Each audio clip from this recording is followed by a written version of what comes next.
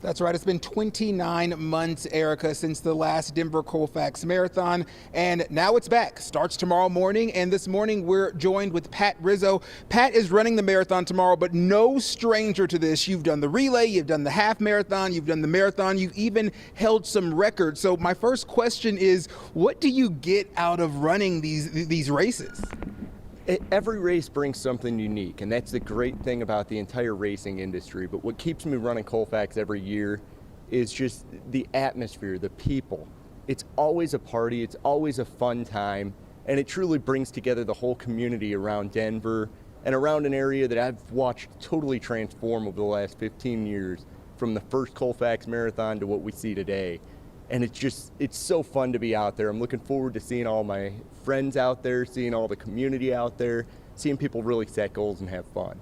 And I gotta tell you guys, we've been lucky enough to be out here talking to Pat throughout the morning for about the last hour or so. And we were talking to you, asking you what race stands out to you, what run, and I think you said 2011. Can you give us a brief description of why? 2011, I had overslept, had to break some speed limits on the drive out.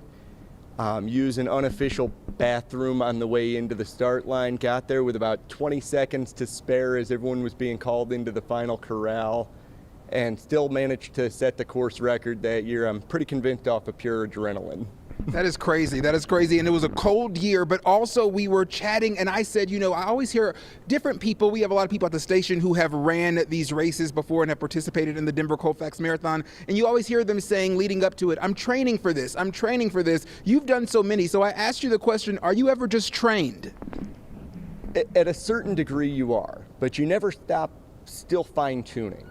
It's just sometimes you can miss a long run and you can afford to miss it a little bit more. Like if you're a multimillionaire, you can afford to miss one paycheck.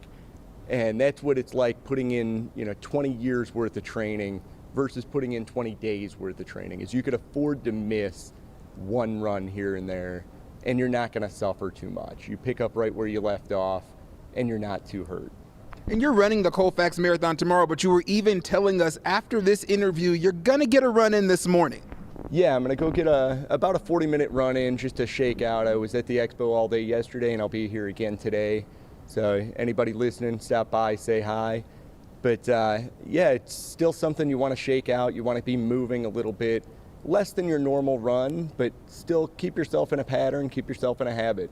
All right. Pat, thank you for waking up with us this morning. I'm going to let you get on your run because I know you have to do that, but we appreciate it. Thank you so much. Thank you very much. All right. So as you guys just saw, Pat is going to go on his run. And, we had to push his interview back a little bit, so we got to it a little late. I was going to actually go run with him and be back for the 8:20 interview. But, Erica, I got to make sure I'm back for this interview, so I'm going to have to cut that short.